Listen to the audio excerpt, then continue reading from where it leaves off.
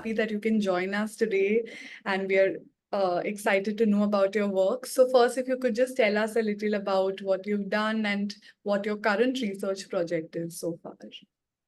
Good morning from India. I am Maheshwar Kumar, currently pursuing my PhD from Niger, Bhubaneswar. Niger is National Institute of Science, Education and Research. This is affiliated to Homi Bhabha National Institute and coming under the aegis of Department of Atomic Energy, India. So first of all, I'm really grateful that I got this opportunity to interact with you and become a part of this Asian project and coming this invitation from us. I'm really grateful for that. So currently, I am working on the performing art tradition of Purulia Chou. Chou is a tribal folk martial art masked dance drama form of Eastern India.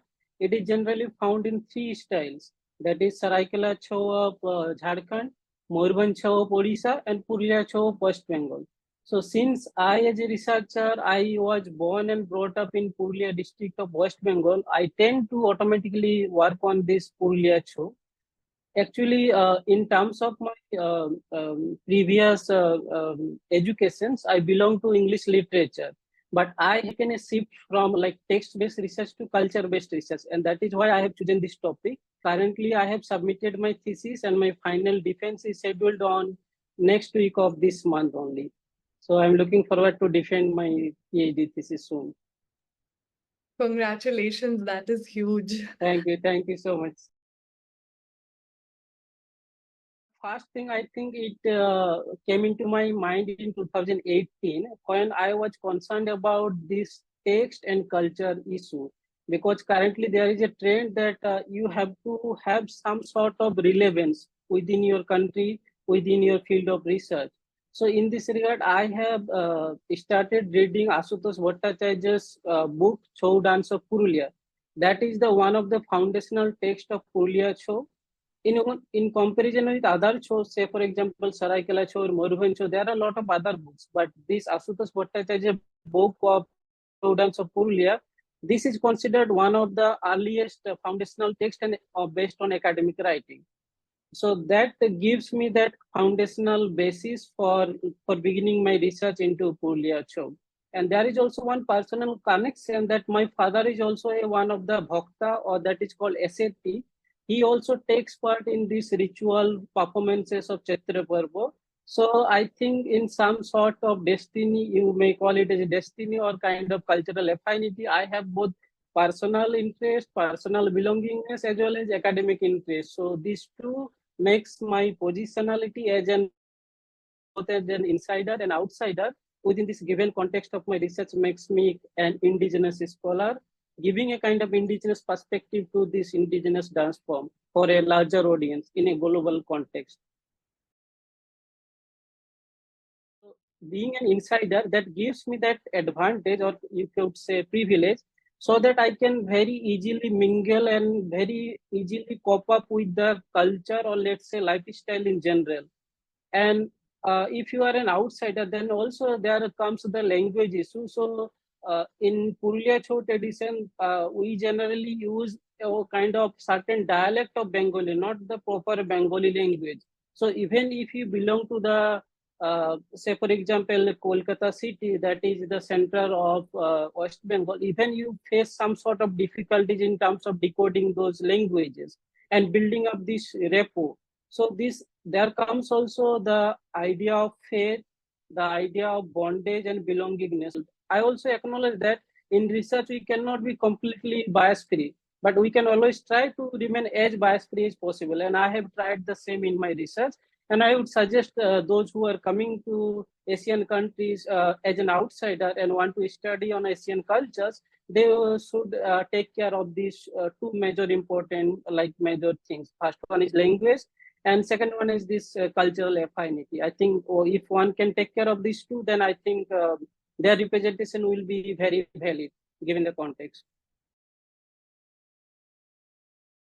So in my experience, initially I was not so sure, not so clear regarding this theoretical framework.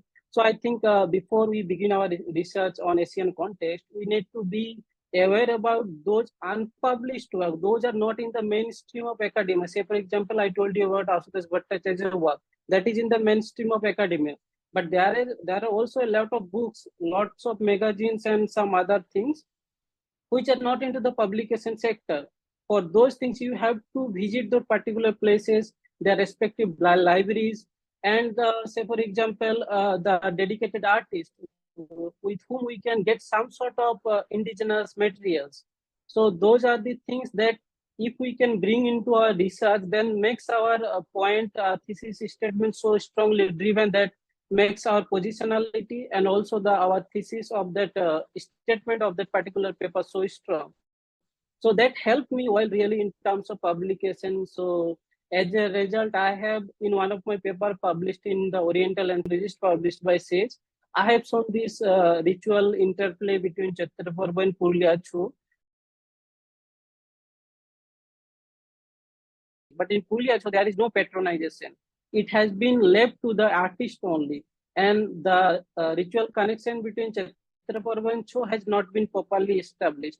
And being an indigenous scholar, I have shown this integral connection between Chhatraparva and Chho in that paper.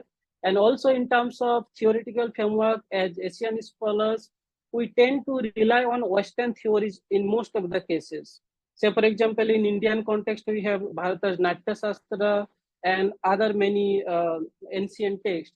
But given the context of publication and given the kind of effort that we need to put into understand these texts, we fail to represent this ancient text into our research work. And the same case has been found in my work also. I have heavily relied upon Richard Sekner's theory of performance as a time space sequence consisting of photo performance or what happens before the performance or what happens during the performance, and performance aftermath, what happens after the performance. So in my research, I have seen that the most of the existing literature has talked about this middle phase or what we call as performance, what happens during the performance. But a lot of work has been remain unexplored in photo performance and performance aftermath thing. So for that purpose, I had to rely on Richard Sekner's idea of restored behavior, and I have shown a kind of connection between dance habits and restored behavior in Purulia Chho. And the same idea has been accepted in performance research published by Taylor Francis. It will come out in 31st May. So I think just after I defend my PhD viva. So these two important works that I have been able to publish, given the context and the significance of my research, I think that will also kind of add really something to the existing literature and also show kind of cultural affinity and kind of connection that how we can proceed further. We had a very few dedicated courses during my PhD coursework, and in my master's at Banaras Hindu University, we had multifarious courses beginning with Indian literature, American literature, British literature in general, new literature. But given the context of my research and my last 5 years of experience, I would say I had taken one online course, an introduction to performance studies by Richard Sekner through this Coursera platform. That was one of the eye-opening courses for me. From there, I got to know how can I frame my research, how can I generate outputs and represent my culture in a kind of balanced academic ways. So that course was really eye-opening for me, and I would definitely suggest whoever is coming to this area of performance studies definitely opt for this course. I have already planned to, once I defend my thesis and once I have my second paper published on 31st May, I will definitely share the same data to us, because I have noticed this, like us generally promotes our work, this PhD thesis thing. Last month, I got an email regarding this, like if anyone is graduating this, like in a couple of weeks, we can send in our like work. So I'll definitely do that. Hopefully it will be featured in our website sometime soon. And I would definitely love to see my work published or like featured in our platform. That would be really great from my side. I'm really happy that I thought that once I present my paper in ASK conference, generally happens. So that is the end of it. But I did not expect that this will continue like this. And I hope to participate in the next year's conference in person. I couldn't go this time. I attended my conference in online, and hopefully next year I will definitely try to go in person and bring in some more insights. This is so important work that you're doing. So thank you so much for joining us, Maheshwar. Thank you so much for giving me this opportunity. It really matters a lot to me. Absolutely. I hope to share the same with one of my the newcomers, the colleagues, or my friends, so that they can also join this platform and share their research findings with as many people as possible for a larger significance. Yes, that will be great if you can do that. Thank Yes, you. definitely. Nice talking Thank to you you. so much. Thank you. Bye.